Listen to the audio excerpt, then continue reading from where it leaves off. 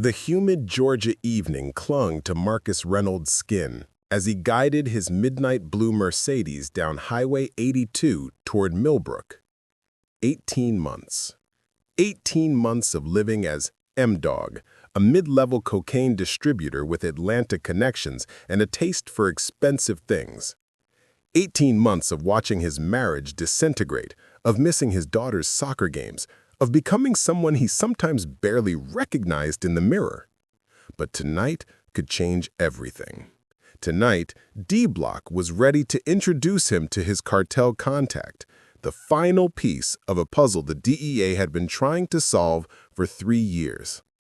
Before we jump back in, tell us where you're tuning in from, and if this story touches you, make sure you're subscribed because tomorrow I've saved something extra special for you. Marcus checked his watch, 7:47 p.m. The meet was scheduled for 9 o'clock at a warehouse outside town. Plenty of time. He let his mind drift to the endgame, the coordinated raids, the arrests, the satisfaction of dismantling a network that poisoned communities like the one where he'd grown up.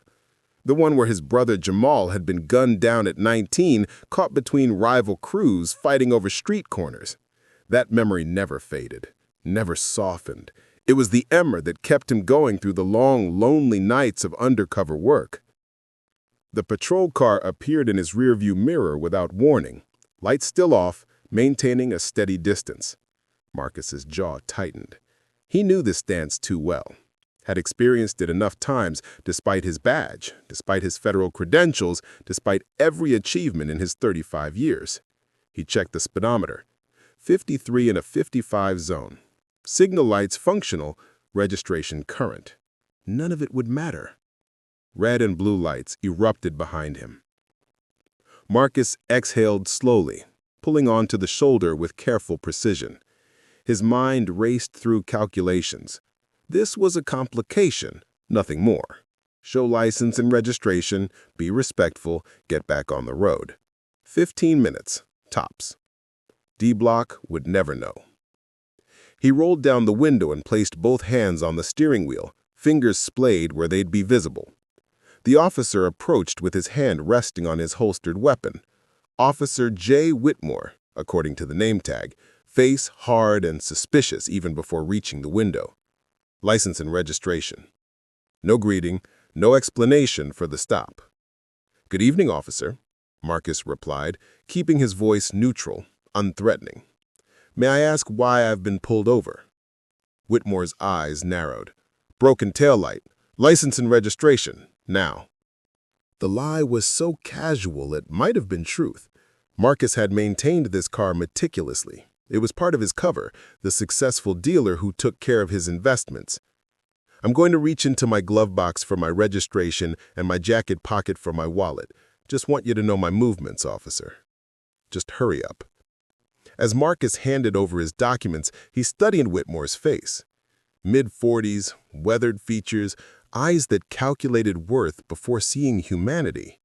Marcus had seen that look before, worn it in different forms on cops in Atlanta, Chicago, Houston. The look that saw an expensive car and dark skin and made assumptions that had nothing to do with law enforcement and everything to do with something older and uglier.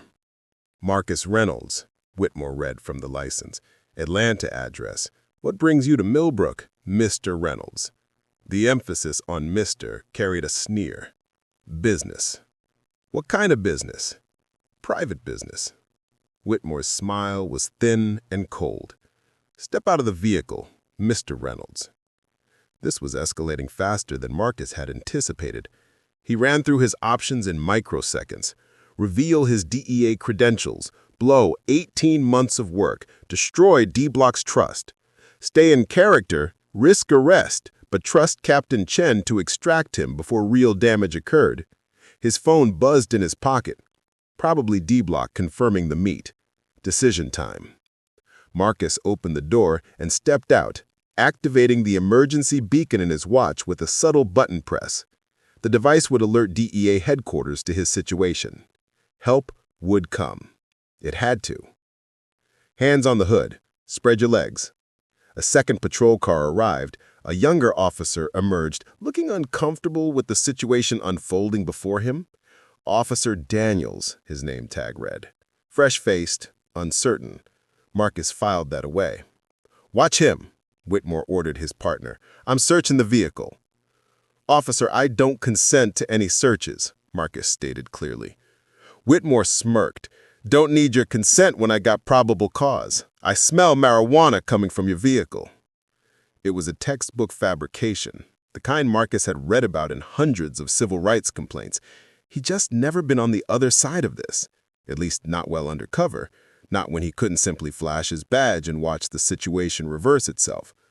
Whitmore rifled through the Mercedes' theatrical thoroughness, pulling out papers, checking compartments. The younger officer, Daniels, shifted his weight, eyes darting between Marcus and his partner. There was something in that discomfort that Marcus recognized, a conscience not yet fully calloused by complicity. 3 minutes later, Whitmore emerged from the vehicle holding a small plastic bag of white powder. Well, look what we have here. Cocaine, if I'm not mistaken." Marcus felt his carefully constructed world tilt. The bag hadn't been there 30 minutes before he'd stopped for gas. This wasn't just racial profiling or overzealous policing. This was something far more calculated, far more corrupt. "That's not mine," he said quietly. "You know that's not mine." Whitmore's smile widened. "That's what they all say." He produced handcuffs. "Marcus Reynolds, you're under arrest for possession of cocaine with intent to distribute." As the cuffs clicked around his wrists, too tight, deliberately painful, Marcus made his choice. He would maintain cover. Captain Chen would extract him before arraignment. The operation was too important, too close to completion. 18 months of sacrifice couldn't end like this. But as Whitmore shoved him toward the patrol car with unnecessary force, Marcus caught Officer Daniels' expression. Troubled, conflicted, ashamed. In that moment, Marcus realized this wasn't just about his operation anymore. This was about something systematic, something that had been happening in this small town for far longer than his 18-month investigation. And somehow, impossibly, he'd become part of exposing it. His phone buzzed again in his pocket as Whitmore confiscated it.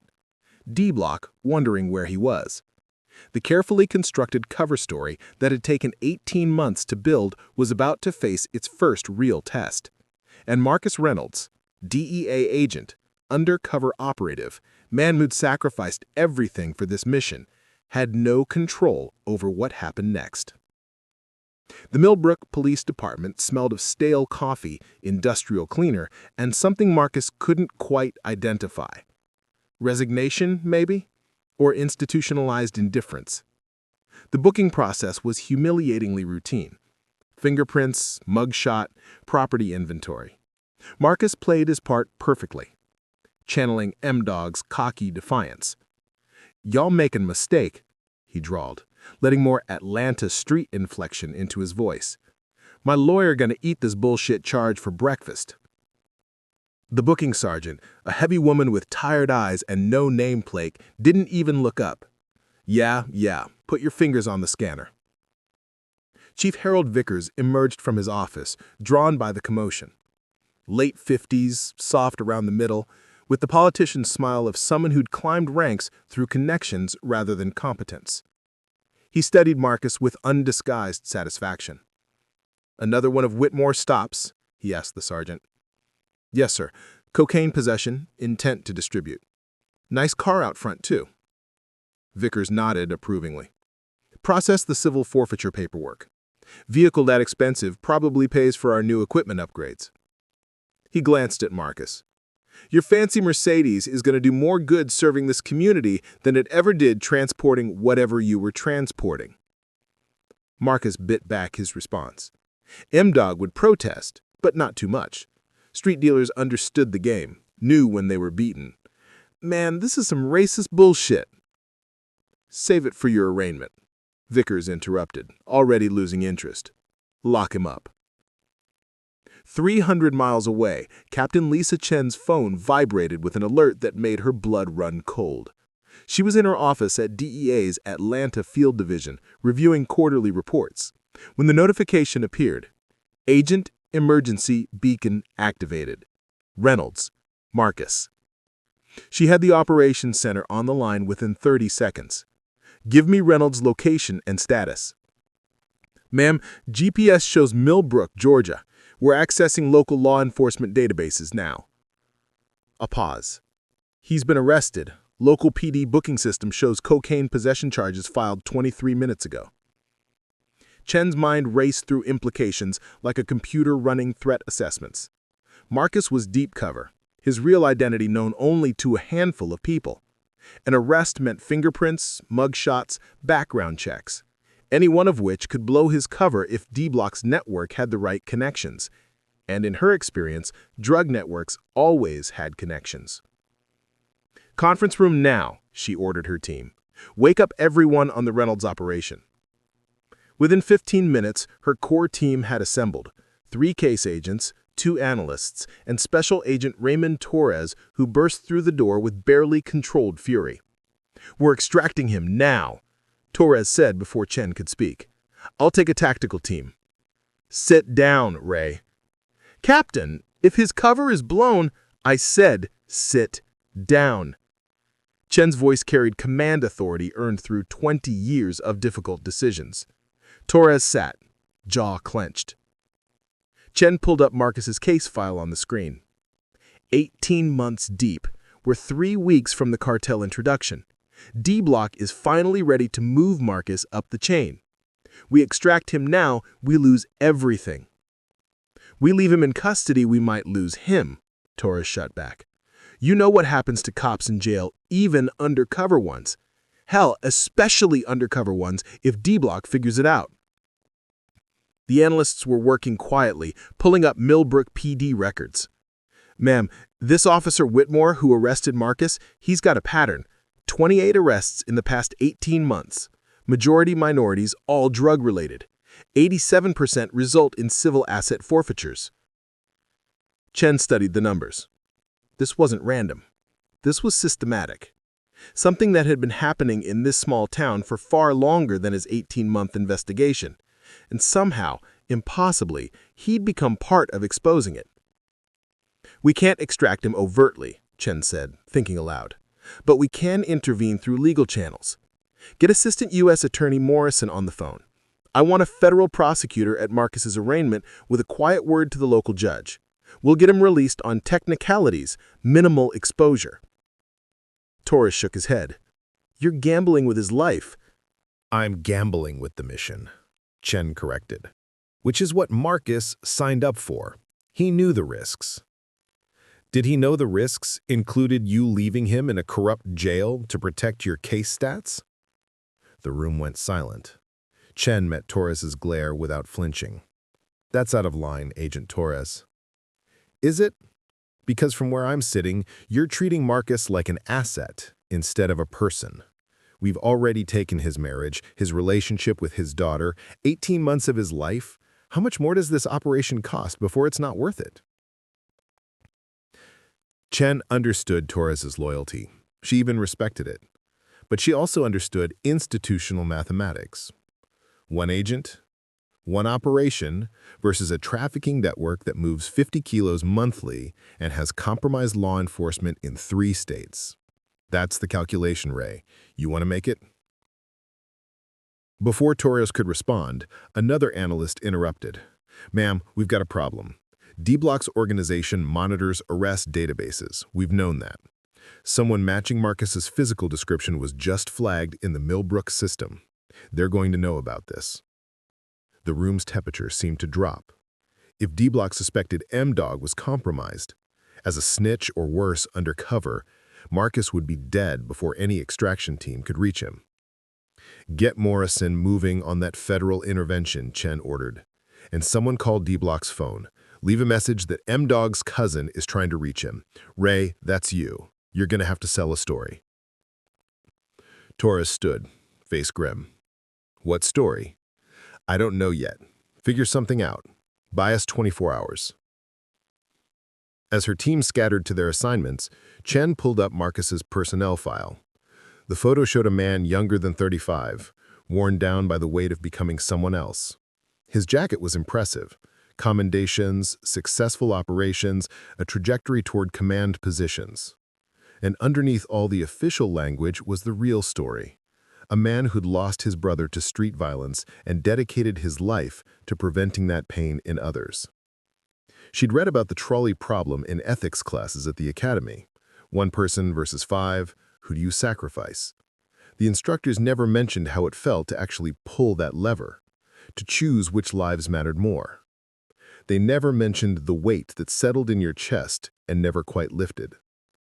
Chen picked up her phone and dialed Morrison. Time to see if they could save both the man and the mission. But deep in her gut, she knew something was going to break. The only question was what, and whether Marcus Reynolds would survive it.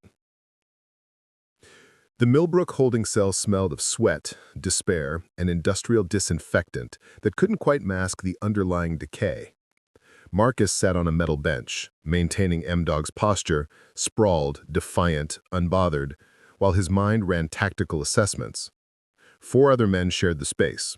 3 black, 1 Latino, all with the look of people who'd been through this before.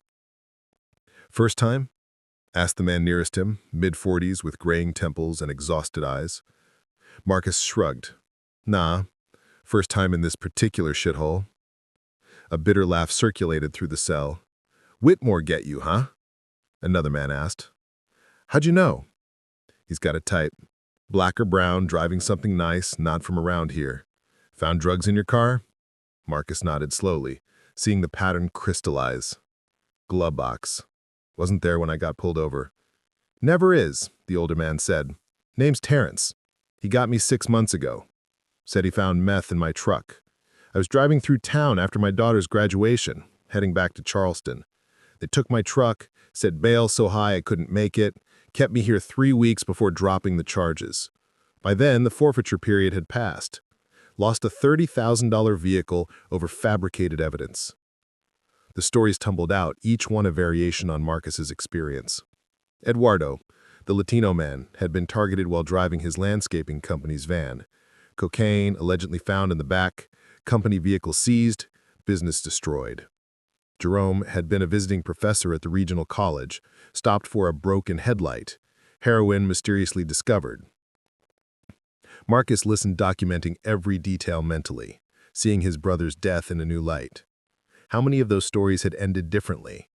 How many people had fought back only to find themselves crushed by a system designed to protect the very people victimizing them? "Y'all file complaints?" Marcus asked. Bitter laughter again. "With who? The chief? He's the one counting the forfeiture money. The DEA? She works with them. You think anyone gives a damn about a black man complaining some white cop did him dirty in a town like this?" As dawn broke, a young woman in a rumpled suit appeared at the cell. Public defender, by the look of her overflowing briefcase and the exhaustion around her eyes. "Marcus Reynolds?" Marcus stood. "That's me." "Maria Santos. I've been assigned your case. Conference room 5 minutes." The conference room was barely more than a closet with a table and 2 chairs. Maria Santos spread files across the surface with practiced efficiency, but her eyes were sharp as she studied Marcus. "You don't fit the profile," she said without preamble. "What profile's that?" "Officer Whitmore's usual targets. You're well-dressed, articulate, clearly have resources. Most of his arrests are working-class people passing through, people who can't afford to fight. You're different." She pulled out a legal pad. "Walk me through the stop." Marcus recounted the events, watching her take notes. When he mentioned the planted evidence, she didn't react with surprise or disbelief, just nodded and kept writing. "This is the 6th case I've had with Whitmore in 18 months, she said. "Same pattern every time. Traffic stop, planted evidence, civil forfeiture. The quantities are always similar, the charges always just serious enough to justify seizure, but not serious enough to warrant major prosecutorial attention." "So you believe me?" Maria looked up, eyes hard. "Mr. Reynolds, I believe everyone who tells me that story. The problem is proving it. Whitmore has a partner who corroborates, dashcam footage that somehow always malfunctions at crucial moments, and a judge who rubber stamps every warrant and forfeiture that crosses her desk. The system protects him. Until it doesn't, Marcus said quietly. Something shifted in Maria's expression. What do you mean? Marcus had to be careful here. He couldn't reveal his identity. Not yet. Not while D-Block's network might be listening through any number of channels. But he could plant seeds. I mean, systems break. Patterns get noticed. Eventually, someone looks close enough to see what's really happening. That's optimistic for someone sitting in a holding cell facing felony charges. I've learned to play the long game. Maria studied him for another long moment, then gathered her files. Your arraignment is tomorrow morning, Judge Moreland presiding. I'm going to file motions to suppress the evidence and request discovery on Whitmore's other cases. It won't work, it never does with Moreland, but it puts things on record. After that, she shrugged. Hope you can make bail. After she left, Marcus was returned to the cell. His watch had been confiscated during booking, but he'd felt it transmit its emergency beacon. Chen knew where he was. Help was coming. It had to be. 3 counties over, Raymond Torres sat across from Darius D-Block Williams in a diner that smelled of grease and desperation. D-Block was younger than Torres expected, 29, but with eyes decades older, watchful and calculating. 2 enforcers flanked him in the booth, and Torres knew there were at least 2 more outside. So where's M-Dog? D-Block asked, stirring his coffee with deliberate slowness. Torres had spent the drive rehearsing his story, finding the right balance of truth and fiction. Family emergency.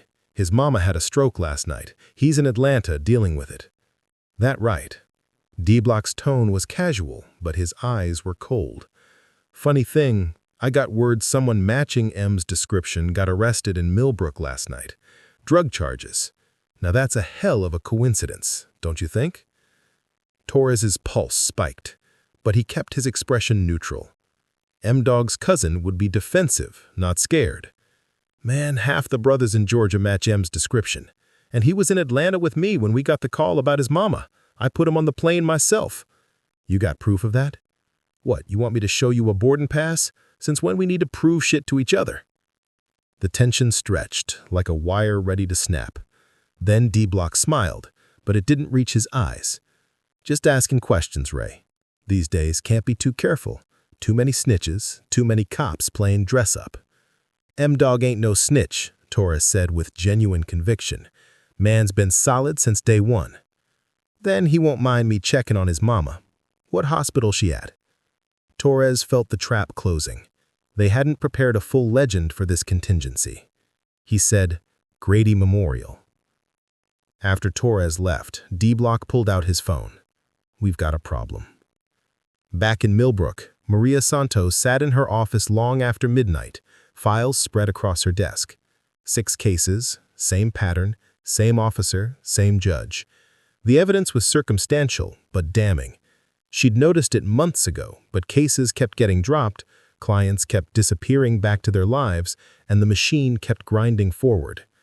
But this Marcus Reynolds, though, there was something different about him. The calm in his eyes, the careful way he chose words, the sense that he was playing a game on a board she couldn't quite see. She'd built her career on reading people, on finding the truth beneath desperation and lies. And Marcus Reynolds was hiding something. Her phone buzzed. An email from the Assistant U.S. Attorney's Office in Atlanta. She opened it, scanning quickly, then sat back in her chair. A federal prosecutor wanted to observe tomorrow's arraignment, wanted to discuss potential civil rights implications of Whitmore's arrest patterns, wanted to coordinate on evidence preservation. Maria smiled for the first time in weeks. She'd been fighting alone for so long she'd almost forgotten what backup felt like. Systems broke, Marcus had said. Patterns got noticed. Maybe he was right. Maybe this was the case that finally pulled the thread that unraveled everything. She began drafting her motions for tomorrow's hearing, writing with the energy of someone who just remembered why she went to law school in the first place. Not for the money, she sure as hell wasn't making any, but for moments like this, for the chance to look corruption in the face and say, not this time, not anymore. Outside her window, Millbrook slept, unaware that the small machine of its injustice was about to mate something it had never encountered before. Coordination, attention, and the stubborn refusal of people who still believed the law could be made to work the way it was supposed to. In his cell, Marcus sat awake, listening to Terrence's soft snoring, calculating odds and outcomes. 18 months of work hung in the balance, but so did something else. Something he'd felt slipping away during those months of pretending to be someone else. His sense of purpose. His connection to why he'd joined law enforcement in the first place. His brother Jamal's face floated through his memory. 19 years old, whole life ahead of him. Destroyed by a system that saw young black men as threats before seeing them as human beings. Marcus had spent 18 months infiltrating a drug network. But here in this cell, he'd stumbled into something just as destructive, just as systematic. Whatever happened tomorrow, whatever Chen decided about extraction or cover stories or mission priorities, Marcus made himself a promise. One way or another, Officer Whitmore and everyone protecting him was going down. The only question was whether Marcus would survive to see it happen. The Millbrook County Courthouse was a relic from another era. All marble columns and faded grandeur that spoke of a time when institutions commanded automatic respect. Judge Patricia Moreland's courtroom carried that same worn dignity, polished wood benches, high ceilings, and an American flag that had seen better days. Marcus was led in wearing an orange jumpsuit, hands cuffed in front. He scanned the gallery. Maria Santos sat at the defense table reviewing notes, looking like she'd slept in her office. Behind her, a well-dressed man in his 50s watched with the careful neutrality of someone who didn't want to be noticed. Federal prosecutor, Marcus guessed, part of Chen's extraction plan. And in the back row, a figure with a phone camera pointed at the proceedings. Marcus's stomach tightened. D-Block's network. All rise, the bailiff announced. The Honorable Judge Patricia Moreland presiding. Moreland entered with the bearing of someone comfortable with power. 61 years old, silver hair pulled into a severe bun, glasses perched on her nose. She settled into her chair and surveyed the courtroom with practiced efficiency. Docket number 2024 CR 1847, State versus Marcus Reynolds. Charge of possession of cocaine with intent to distribute. Moreland's voice was crisp, professional. How does the defendant plead? Not guilty, Your Honor. Maria stood. Your Honor, the defense moves to suppress all evidence obtained during the traffic stop. Officer Whitmore lacked probable cause for the initial stop and conducted an illegal search without consent or warrant. Additionally, we request full discovery, including dashcam footage, arrest records, and documentation of similar cases involving Officer Whitmore over the past 2 years. Moreland's expression didn't change. I've reviewed Officer Whitmore's report. The stop appears justified. Motion to suppress is denied. As for discovery, Ms. Santos, you'll receive the standard disclosures pursuant to criminal procedure. Your fishing expedition into Officer Whitmore's professional history is not relevant to this case. Your Honor, it's directly relevant. Officer Whitmore has a documented pattern. Counsel, I've made my ruling. Do not test my patience. The federal prosecutor in the gallery shifted slightly, making a note. Marcus caught the movement and understood. They were documenting this, building a record. Now, on the matter of bail, Mr. Reynolds, do you have ties to the community? No, Your Honor. I was passing through. Employment. Marcus hesitated a fraction of a second. Self-employed. Nature of that employment. Various business ventures. The vagueness was deliberate, part of M-Dog's persona. Moreland's lips thinned. I see. Miss Santos, your client has no local ties, no verifiable employment, and faces serious charges. The state has requested bail of $250,000. Given the circumstances, I find that appropriate. Bail is set at $250,000, cash or bond. Maria's face tightened. Your Honor, that's excessive for a first-time offender with no history of... My ruling stands. Next case. As Marcus was led away, he made eye contact with Maria, who mouthed, "I'm sorry." He glanced at the federal prosecutor, who gave the slightest nod. "We're working on it." And then, as he passed the gallery, he saw Officer Daniels slip in through the back door, face troubled, looking like a man at war with himself. Their eyes met for just a moment. In that instant, Marcus saw something that gave him hope: shame. Deep, genuine shame. And shame, Marcus knew from experience, was the first step toward conscience. Outside the courthouse, the man with the camera phone leaned against a pickup truck, reviewing the footage. Marcus Reynolds in orange, hands cuffed, being led back to holding. He attached the photo to a text message and hit send. The reply came within seconds. "Who is this guy?" "Don't know, but he's locked up tight.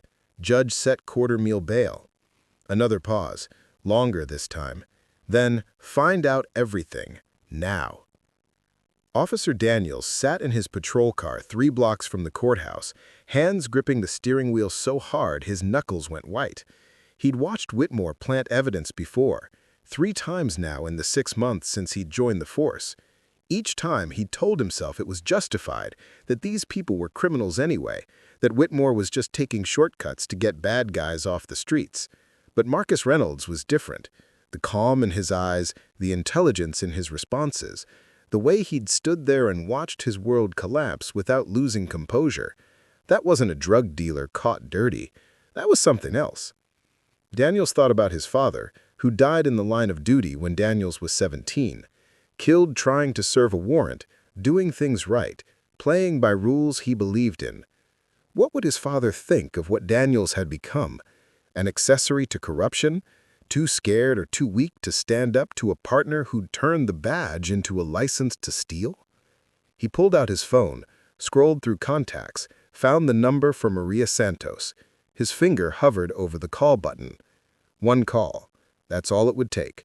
1 call and everything would change. His career, his reputation, his standing in the department. The blue wall of silence was real, and those who broke it paid prices that lasted lifetimes. But then he thought about Reynolds in that courtroom, and the other men he'd seen Whitmore arrest over the months. Thought about the taillights that weren't actually broken, the marijuana smells that didn't exist, the drugs that appeared in convenient locations. Daniels pressed call. Maria Santos answered on the second ring. "Hello? Miss Santos? This is Officer Daniels, from the Millbrook PD. I need to talk to you about Officer Whitmore." Back at Millbrook PD, Chief Vickers stood in his office reviewing forfeiture paperwork for Reynolds' Mercedes. The vehicle would sell at auction for at least $60,000, maybe $70,000.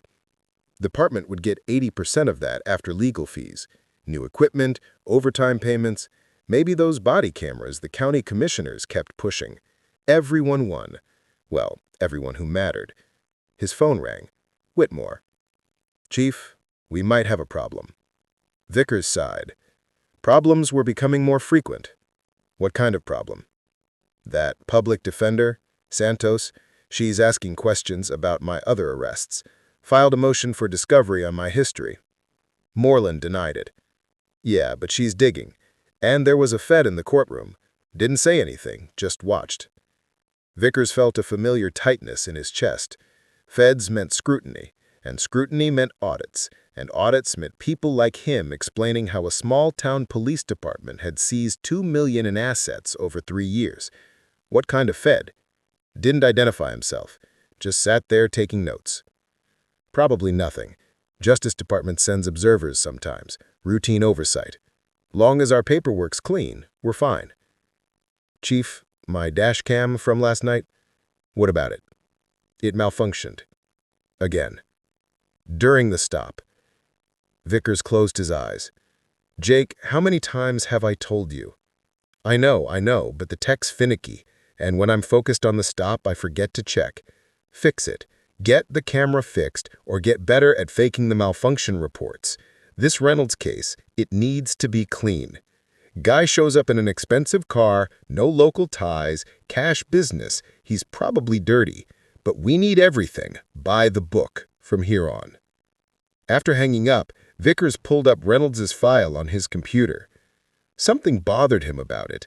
The calm demeanor, the careful answers, the way he'd handled himself.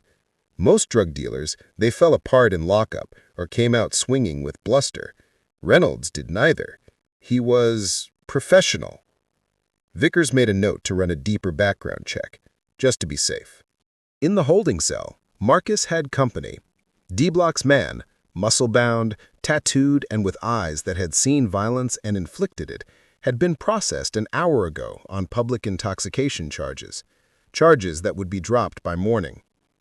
"Heard you got business with D," the man said, casual as discussing weather. Marcus recognized the test immediately. "Maybe. Who's asking?" "Just making conversation. Man gets arrested right before a big meet, people wonder. You understand." "I understand D's got people everywhere, including people who make sure the wrong conversations happen at the right times." The man smiled without warmth. "You smart. That's good. D likes smart, but he also likes loyal. And a man who gets popped right before meeting the connect, that raises questions about loyalty. Questions get answered when I make bail and explain what happened, face to face, man to man. You making bail on 250? That's a lot of scratch for a mid-level player." It was a trap, and Marcus saw it clearly. Claim he could make bail, and he's no longer the struggling dealer his cover identity portrayed. Admit he couldn't, and he looked weak. Got friends, got resources, but more than that, got patience. I'll be out when I'm out. D knows I'm solid. The man studied him for a long moment, then nodded. "We'll see. Word of advice, though. D's patience got limits, and right now, you're pushing him." 20 minutes later, the man was released. Marcus watched him go, knowing every word of their conversation would be reported back. D-Block was testing him, probing for weaknesses, looking for any sign that M-Dog was something other than what he claimed. Terrence, the older man from the previous night, had watched the exchange from his corner. "That boy's with D-Block Williams," he said quietly when they were alone again. "You in deep with that crowd?" Marcus shrugged. "Business is business. Business that gets you killed, you keep company with D-Block. Man's poison. Runs 3 counties, got law in his pocket, kills anyone who crosses him. You seem smarter than that." "Maybe I am, maybe I'm not. But maybe I'm exactly where I need to be." Terrence nodded slowly, understanding passing between them without words. Whatever Marcus Reynolds was, he wasn't a simple drug dealer. And whatever he was doing in Millbrook, it was bigger than a traffic stop. The question was whether he'd survive long enough to complete it. The morning brought changes. Marcus woke to find Daniel standing outside the cell, looking like a man who'd made a decision and was still terrified by it. "Reynolds," Daniel said quietly, "you've got a visitor." Marcus was led to the same conference room where he'd met Maria Santos. This time, she wasn't alone. A slim manila folder sat on the table between them, and her expression carried something Marcus hadn't seen before. Hope mixed with grim determination. "Mr. Reynolds, we need to talk about your case, and about Officer Whitmore." She glanced at the closed door, then back to him. "I've received information that changes everything." Marcus kept his expression neutral, but his mind raced. "What kind of information?" "The kind that suggests you're not the only victim of a systematic pattern of corruption. The kind that includes video evidence of evidence planting. The kind that's going to blow this entire department wide open." Before Marcus could respond, the door opened. Daniels entered, face pale but resolute. He looked at Marcus, then at Maria, then down at his hands. "Officer Daniels has agreed to provide testimony. He has dashcam footage from multiple arrests showing Officer Whitmore planting evidence. He's willing to go on record." Marcus studied the young officer, seeing the war in his eyes. "That's brave," he said quietly. "Also dangerous." "I know." Daniel's voice was barely above a whisper. "But I can't. I can't keep being part of this. My father died wearing this badge with honor. I'm destroying everything he believed in." "Your father would be proud," Marcus said, and meant it. Maria opened the folder, revealing screenshots from dashcam footage. Officer Daniels has documented 6 instances where Whitmore planted evidence during traffic stops. Your case would make 7. With this evidence, we can file a motion to dismiss your charges and request a federal investigation into the department's practices.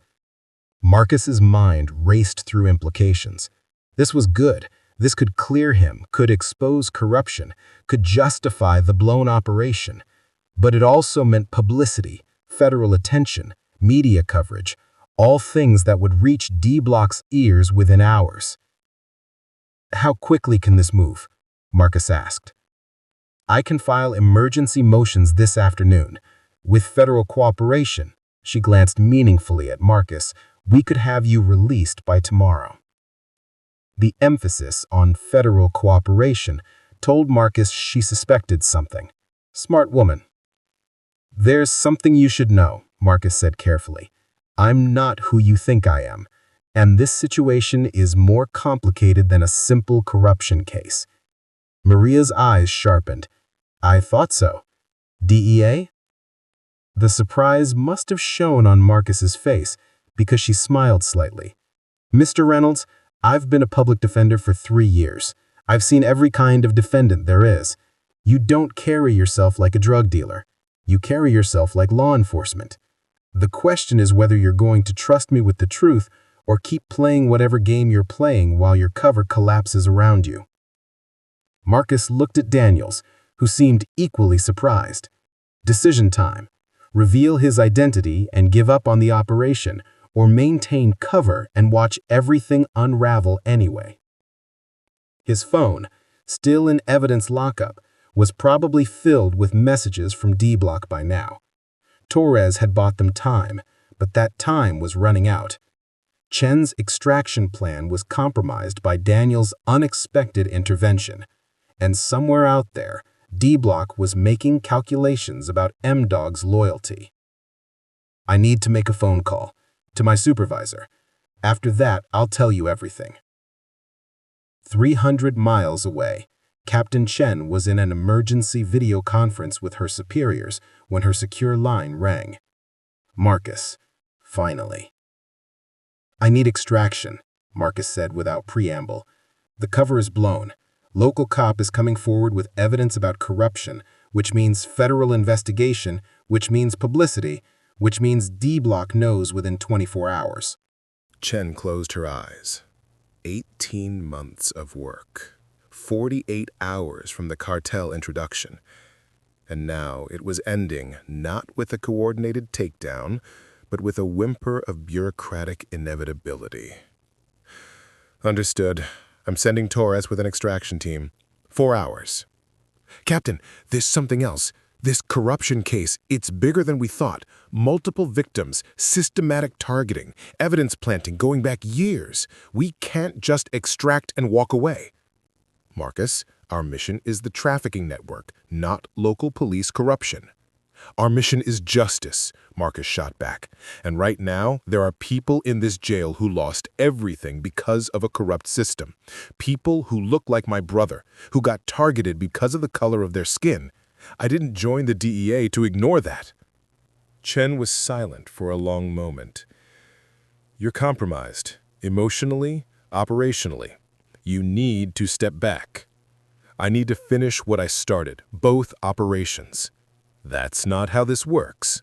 "Then maybe that's the problem." Marcus's voice carried 18 months of frustration. "We treat people like chess pieces, assets to be deployed and extracted. But these aren't just case numbers, Captain. They're human beings who got crushed by the same system we're supposed to protect. Save the philosophy for after you're safe. Extraction team leaves in 30 minutes. Sit tight and maintain cover until they arrive." The line went dead. Marcus stared at the phone, then at Maria and Daniels, who'd heard half of his conversation. The cat was substantially out of the bag. DEA. Daniels said, not quite a question. Deep undercover. 18 months investigating a trafficking network. Your partner's traffic stop just destroyed the entire operation. Daniels looked stricken. I didn't know. You couldn't have, Marcus said. You were doing your job, stopping what you thought was a drug dealer. The problem isn't you. It's a system that made us enemies instead of allies. Maria was taking notes rapidly. This changes the legal strategy. We're not just talking about local corruption anymore. We're talking about interference with a federal investigation. That gives us leverage. Leverage for what? For everything. Full investigation, federal oversight, criminal charges against everyone involved. And, she looked at Marcus, for protecting your operation. If we move fast enough, we can control the narrative, make it about corruption, not about you. Before Marcus could respond, alarms blared throughout the building, shouts, running footsteps. The door burst open and Torres stood there, tactical vest and sidearm, 2 DEA agents behind him. We're leaving. Now. What happened? Marcus demanded. Torres's face was grim. D Block just ordered a hit on you. We intercepted the call 20 minutes ago. There's a shooter en route to this facility right now. Everything moved quickly after that. Maria and Daniels were hustled to safety. Marcus was fitted with a vest, given a weapon. The DEA team established a perimeter, while local officers, confused and overwhelmed, tried to understand what was happening in their station. Chief Vickers appeared, face red with fury and confusion. What the hell is going on here? This is my station. You can't just... Federal emergency extraction, Torres said flatly. Your facility has been compromised. We're securing our asset. Your asset? What asset? Torres ignored him, turning to Marcus. Vehicles outside. We move in 30 seconds. As they prepared to leave, Whitmore appeared in the hallway, drawn by the commotion. He saw Marcus surrounded by federal agents, saw Daniels standing with Maria Santos, saw his entire world crumbling. Their eyes met. In that moment, Whitmore understood. The man he'd targeted as an easy mark, the black driver in the expensive car, was the worst possible target. Not a drug dealer, not a victim, a federal agent who just watched Whitmore commit career-ending felonies. His hand moved toward his weapon. Instinct, panic, desperation. 4 DEA agents drew on him instantly. Don't, Torres said quietly. Just don't. For 5 endless seconds, the hallway was frozen. Then Daniels stepped forward, slowly removed Whitmore's weapon from its holster, and handed it to Torres. It's over, Jake. It's finally over. The Millbrook Police Department descended into chaos as federal agents secured the building and began collecting evidence. Marcus sat in the back of an armored SUV, watching his 18-month operation collapse in real time through a series of text notifications on Torres's tablet. D-Block's network is scrambling. They know something's wrong but don't have full details yet. We've got maybe an hour before they piece it together. Captain Chen's voice crackled through the vehicle's secure radio. Reynolds, Torres, sit rep. Asset secured, Captain. No casualties. Situation contained for now. For now, Chen repeated. Marcus, you need to understand the gravity of what just happened. We've lost 18 months of intelligence gathering, lost our window to the cartel connection, and possibly lost our chance at D-Block entirely. Marcus grabbed the radio. With respect, Captain, we haven't lost everything. We've just changed the battlefield.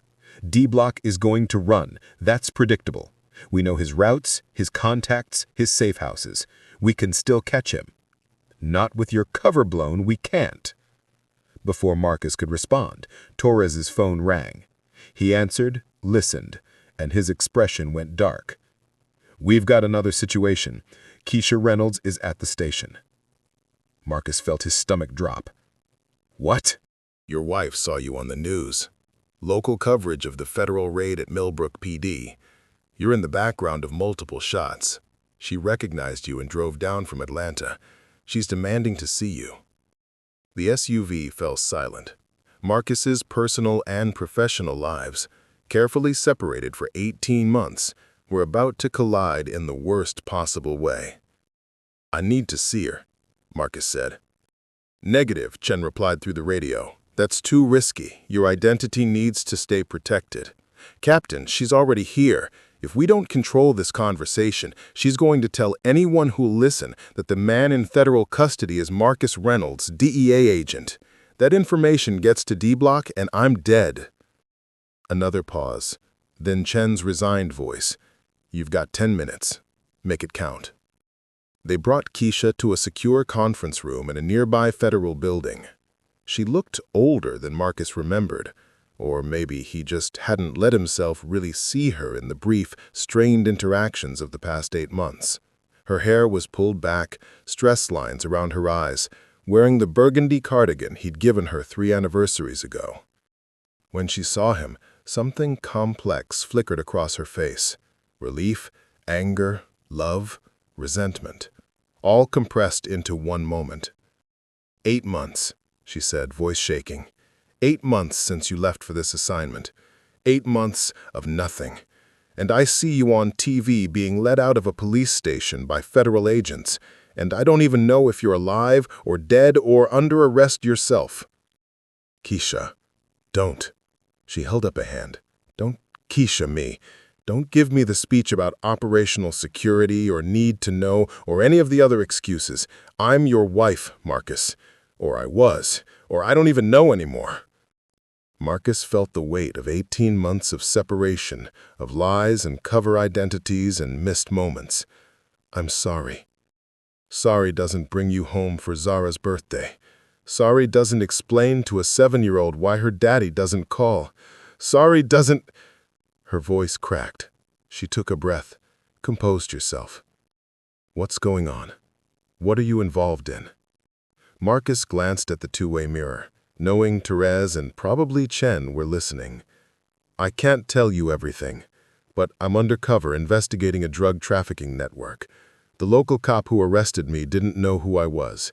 It got complicated. Complicated. Keisha laughed bitterly. That's one word for it. Marcus, I saw you on that footage. You looked... I don't even know what you looked, Mike. Not like my husband. Like someone I've never met. That's the job. No, that's the excuse.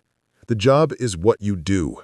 This, she gestured at him, at the situation. This is what you've become. And I don't know if I recognize the man sitting in front of me anymore. The words hit harder than any physical blow. Because she was right. 18 months of being M-Dog had changed him in ways he hadn't fully acknowledged. He'd learned to think like a criminal, to see angles and vulnerabilities, to value information over relationships. He'd become what he pretended to be. I need you to do something for me, Marcus said quietly. I need you to not tell anyone my real identity. Not friends, not family, not even Zara. The people I'm investigating, if they find out who I really am, they'll come after you, after our daughter. Fear flickered in Keisha's eyes. Are you telling me we're in danger? I'm telling you that the best protection is silence. Let me be whoever the news says I am. Let the investigation play out, and when it's safe, I promise I'll explain everything. When it's safe, Keisha repeated. And when will that be? A month? A year? 5 years? Marcus, Zara's growing up without a father. I'm raising her alone, making excuses for why you're never there. At what point does your mission matter less than your family? It was the question Marcus had been avoiding for 18 months, the question that had destroyed their marriage before the separation papers were even filed. I don't have a good answer for that. At least you're honest. Keisha stood, preparing to leave. I'll keep your secret.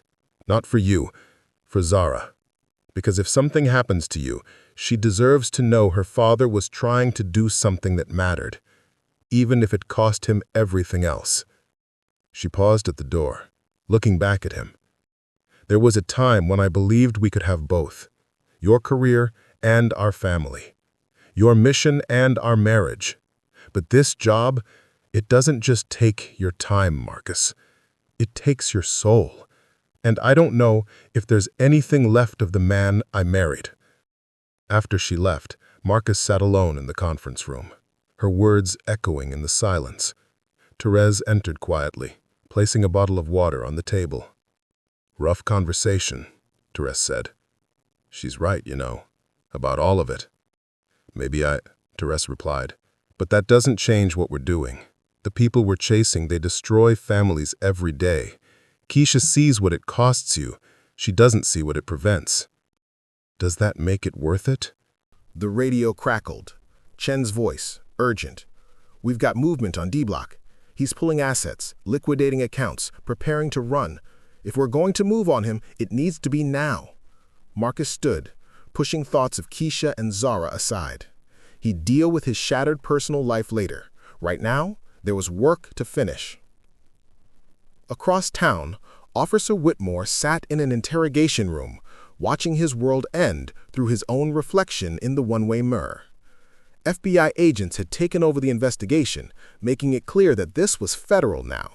Civil rights violations, evidence tampering, conspiracy against rights under color of law. 20 years minimum if convicted. The door opened. Judge Moreland entered, escorted by federal agents.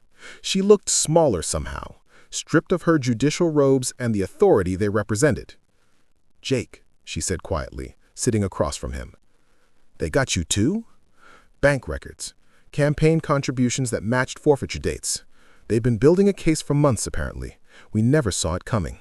Whitmore laughed bitterly. "That Reynolds guy, he was federal. We ran a game on a federal agent and never knew it. He was investigating something else entirely. We just got unlucky." "Unlucky," Whitmore shook his head. "I pulled over the wrong guy at the wrong time and it destroyed everything. If he'd been anyone else. But he wasn't, and now we deal with the consequences." Chief Vickers had already been suspended, pending investigation. The entire forfeiture program was frozen. Evidence from dozens of cases was being reviewed. And somewhere in the building, Officer Daniels was giving a deposition that would bury them all. "What do we do?" Whitmore asked. Moreland met his eyes. "We cooperate. We make deals. We save what we can of whatever's left of our lives."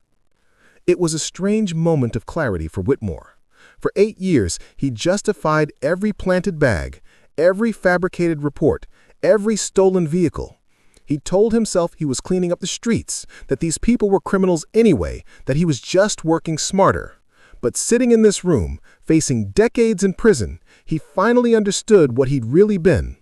A thief with a badge, hiding behind racial prejudice and institutional authority to prey on people who couldn't fight back. And he'd been caught by the one person who could have ended it all with a simple flash of credentials, but chose instead to experience the full weight of the injustice Whitmore had been inflicting for years. "I deserve this," Whitmore said quietly. Moreland nodded. "We both do." As night fell over Millbrook, Marcus stood in the DEA's temporary command center, watching multiple screens show D Block's known locations.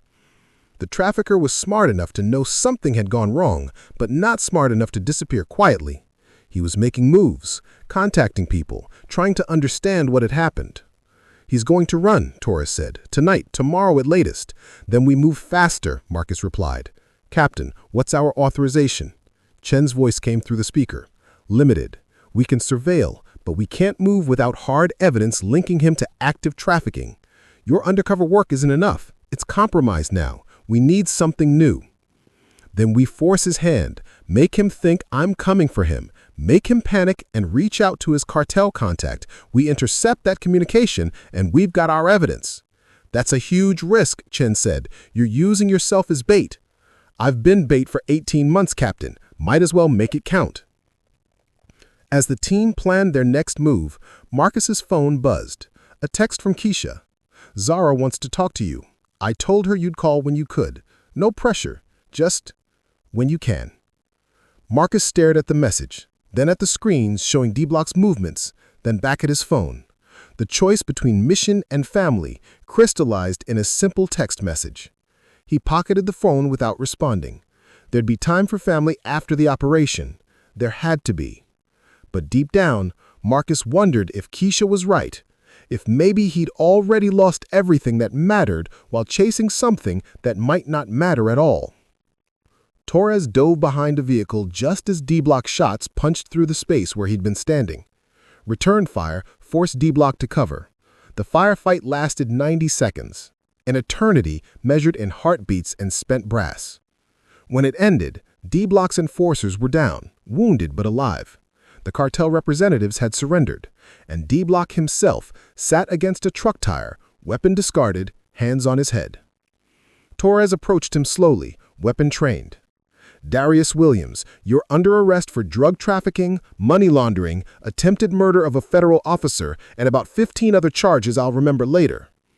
D-Block looked up, recognition flickering across his face. "I know you. You're M-Dog's cousin." "No. I'm the DEA agent who spent 18 months watching you poison communities and destroy lives, and now I get to watch you spend the rest of yours in a federal prison." As D-Block was secured and led away, Marcus allowed himself a moment of satisfaction. 18 months of work hadn't been for nothing.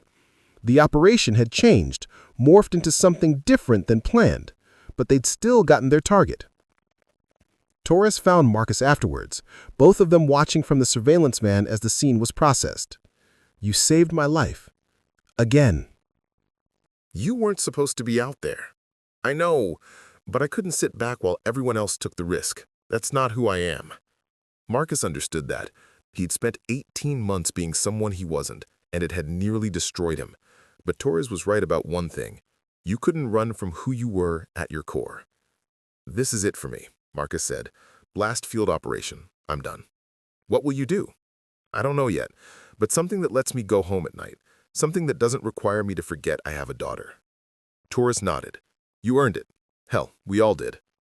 6 months later, the landscape had transformed in ways both visible and subtle. The Millbrook corruption trials proceeded with methodical precision. Whitmore pled guilty to 27 counts and received 18 years federal. Judge Moreland got 12. Chief Vickers accepted a deal, 15 years in exchange for testimony against county officials further up the corruption chain. Officer Daniels completed FBI training and joined the Public Corruption Unit, becoming one of their most effective agents. His insider knowledge of how good cops became complicit made him invaluable in identifying warning signs in other departments. Maria Santos left Millbrook for Washington, D.C., heading the ACLU's Civil Asset Forfeiture Reform Project.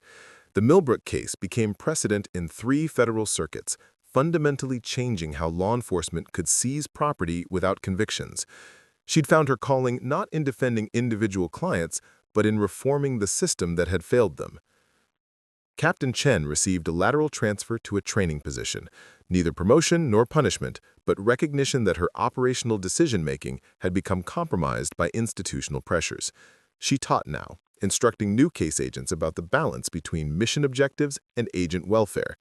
Her lectures were blunt. The moment you start treating people as assets, you've lost the plot. Torres remained in the field, leading operations with the same fierce loyalty that had defined his partnership with Marcus, but he was more cautious now, more aware of costs, measured in human terms rather than case statistics. D-Block was convicted on all counts and sentenced to 43 years federal. In exchange for a marginally reduced sentence, he provided intelligence on cartel operations. Not everything, but enough to continue the investigation Marcus had started. The network was damaged, but not destroyed, which felt appropriate. These things never ended cleanly. And Marcus. Marcus Reynolds left the DEA 6 months after the Millbrook case closed. He'd turned down promotions, commendations, and offers to lead major operations. Instead, he joined a nonprofit organization called the Law Enforcement Accountability Project, which supported whistleblowers and provided legal defense for victims of police corruption. His first client was Terrence, the man from the Millbrook holding cell who'd lost his truck to Whitmore's scheme. Marcus helped him navigate the restitution process, recover his vehicle, and clear his record. Then came Eduardo, Jerome, and dozens of others, people who'd been crushed by the same systematic injustice Marcus had experienced firsthand. The work paid a fraction of his DEA salary. The victories were smaller, more personal. But for the first time in 18 months, Marcus went to sleep at night remembering who he was. The Conference on Criminal Justice Reform was held at a university auditorium in Atlanta, 300 seats filled with advocates, attorneys, former law enforcement, and people directly impacted by the system. Marcus stood backstage, adjusting his tie, preparing for his first public speech about the Millbrook case. "You nervous?" asked Maria Santos, also on the speaker panel. "Terrified. I've infiltrated drug organizations, survived assassination attempts, and testified before congressional committees. Public speaking still scares me." Maria laughed. "Just tell your story. The real one, not the sanitized version. That's what people need to hear." When Marcus took the stage, he looked out at the audience and saw familiar faces. Maria in the front row, taking notes despite hearing the story before. Officer Daniels, now Special Agent Daniels, sitting with a group of FBI recruits. Torres in the back, giving him a thumbs up. And scattered throughout the crowd, the men from the Millbrook jail. Terrence, Eduardo, Jerome, their cases dismissed, their records cleared, their faith in justice partially restored. "My name is Marcus Reynolds. 6 months ago, I was a DEA agent working deep undercover, 18 months into infiltrating a trafficking network. Then I got pulled over in a small town in Georgia for driving while black, and everything changed." He told the story chronically: the traffic stop, the planted evidence, the holding cell, the systematic corruption. But he also told the parts that didn't make the news: his broken marriage, his daughter's questions, the cost of becoming someone for so long that you forgot who you were to begin with. Law enforcement is necessary work, but it's also dangerous work. And I don't just mean physically. It's dangerous because it gives you power, and power without accountability corrupts. It's dangerous because it asks you to see people as threats or assets rather than humans. And it's dangerous because it can convince you that the mission justifies any sacrifice of others, of yourself, of the principles you thought you'd never compromise. He talked about Officer Daniels, who'd found the courage to break the blue wall of silence, about Maria Santos, who'd spent years documenting patterns everyone else ignored, about the nameless inmates who'd shared their stories in a holding cell, creating a collective narrative that demanded attention. "Systemic change is slow," Marcus continued. "The Millbrook case changed policies and reformed laws, but it didn't change human nature. There are still corrupt cops, still racial profiling, still people who think their badge gives them the right to prey on vulnerable communities. But there's also resistance. People who refuse to be complicit, who speak up despite the cost, who remember that the badge is supposed to mean service, not power."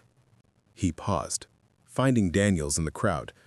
"My colleague here, a young officer who had every reason to stay silent, risked his career because he knew staying quiet meant surrendering his integrity. That kind of courage matters more than any tactical operation I ever ran."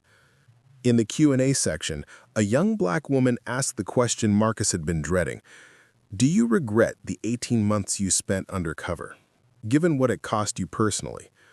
Marcus thought about Keisha, about Zara, about the marriage that couldn't survive the weight of secrets and absence. Yes and no. The work mattered. We took down a trafficking network that was poisoning communities, but I also sacrificed things I can never get back. My daughter's childhood, my marriage, parts of myself I'm still trying to recover. If I could do it again, I'd do it differently. I'd find a way to do the work without losing everything else." "And is that possible?" the woman pressed. "Can you reform law enforcement from inside without becoming part of the problem?" "I don't know," Marcus admitted. "But I'm going to spend the rest of my career trying to figure it out. Because the alternative, giving up, walking away, accepting that corruption is inevitable, that means the Whitmores win, and I'm not willing to accept that." After the conference, Marcus met with his clients, the Millbrook victims whose cases he was still handling. They gathered at a nearby restaurant, an informal celebration of small victories and ongoing fights. Terrence raised a glass. To Marcus Reynolds, who didn't have to give a damn about what happened to a bunch of strangers in a Georgia jail, but did anyway. "I'm not a hero. I stumbled into that cell same way you did, targeted for driving while black. Difference is, I had a badge to flash eventually. You didn't. That's exactly why it matters, Eduardo said. You could have flashed that badge immediately, walked away, let us rot. Instead, you stayed, experienced what we experienced, and then used your position to do something about it. Marcus thought about that, about his choice to maintain cover, about the calculation that had seemed purely operational at the time, but maybe it had been something else too, a refusal to use privilege as an escape route, a commitment to experiencing the full weight of injustice before trying to reform it. Later, alone in his apartment, Marcus video called Zara. She answered from Keisha's house. They weren't back together, probably never would be, but they'd found a functional co-parenting relationship. Some damage couldn't be repaired, only managed. "Daddy!" Zara's face filled the screen, 7 years old and already showing signs of the person she'd become. "How was your speech?" "Scary, but good. How was school?" She launched into a story about her science project, about her best friend's birthday party, about 1,000 small details that made up a child's life. Marcus listened, really listened, in a way that he hadn't been able to for 18 months. "Can you come to my soccer game Saturday?" "Absolutely. I'll be there." "Front row." "You always say that." "I know, but this time I mean it. No mission, no emergency, no excuse. I'll be there." After they hung up, Marcus sat in the quiet of his apartment. Modest, simple, nothing like the expensive places M-Dog had inhabited. He thought about the trolley problem Captain Chen had mentioned, about sacrificing one for the many, but real life wasn't that clean. Sometimes you saved everyone, sometimes you saved no one, and sometimes you just did the best you could with impossible choices. His phone buzzed with a text from Torres. D-Block's cooperation led to 3 more arrests. Cartel's damaged. Might not be the victory we planned, but it's something. Marcus typed back, "It's enough. Not everything, but enough." Because that was the truth he'd learned in Millbrook, in that holding cell, in the field with a gun pointed at him. Perfect justice was an illusion. Perfect operations didn't exist. You did the work, you made the sacrifices you could live with, and you hoped that small victories added up to something meaningful. The fight wasn't over. Would never be over, really. But it was worth fighting. Marcus pulled up photos on his phone. Zara at 6, 5, 4, all the moments he'd missed. He couldn't get those back. But he had tomorrow. Saturday's soccer game. Next week's school play. 1,000 future moments that would only exist if he chose to prioritize them. Marcus Reynolds carried the weight of his past, his brother Jamal's death, the broken system that had failed them both, and the anger that had once driven him into law enforcement. That anger hadn't disappeared, but it had changed. It was no longer destructive, it was focused, sharpened into purpose. His undercover chapter was over. No more false identities or living in the shadows. He was flawed, scarred, but determined to keep fighting. For whistleblowers, for victims, for reform. The glory he once imagined didn't matter anymore. What mattered was that it was real, and for the first time in years, that was enough. Atlantis stretched out beneath his window, glowing in the evening light. It was where he grew up, where Jamal had died, and where he learned that justice was messy, but still worth chasing. He wasn't just a badge anymore. He was a father, an advocate, a man choosing to live honestly. Tomorrow meant soccer games with Zara and a life outside impossible missions. But the road to this moment had been brutal.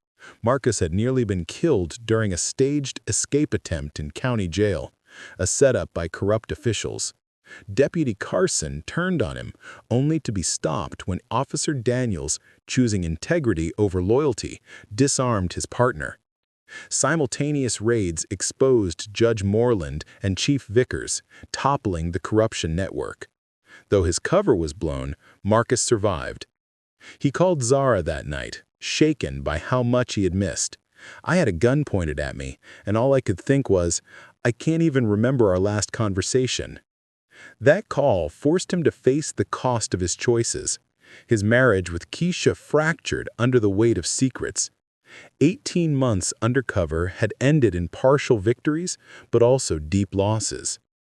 When D-Block, the gang leader he had infiltrated, tried to flee to Mexico, Marcus used his insider knowledge for one final intervention. At a truck stop near the border, a firefight erupted. Marcus broke orders to save Torres's life, ensuring D-Block's capture even as the cartel contact slipped away. It wasn't perfect justice, but it was something. 6 months later, corrupt officials were convicted. D-Block was sentenced to 43 years. Torres stayed in the field, more cautious now. Daniels joined the FBI's Public Corruption Unit, while Maria Santos became a national voice against civil forfeiture abuse. Captain Chen stepped back from operations, teaching new agents the balance between mission and humanity. As for Marcus, he walked away from the DEA. He joined a nonprofit supporting whistleblowers and corruption victims, channeling his hard-won lessons into systemic reform. At a justice conference, he told his story publicly, reminding others that real change doesn't come from one hero, but from persistence over time. And when he finally sat in the stands at Zara's soccer game, cheering for his daughter, Marcus understood. The fight for justice was ongoing, imperfect, and endless. But now he was fighting it as himself, present, whole, and unbroken. Up next, you've got 2 more standout stories right on your screen. If this one hit the mark, you won't want to pass these up. Just click and check them out. And don't forget to subscribe and turn on the notification bell so you don't miss any upload from us.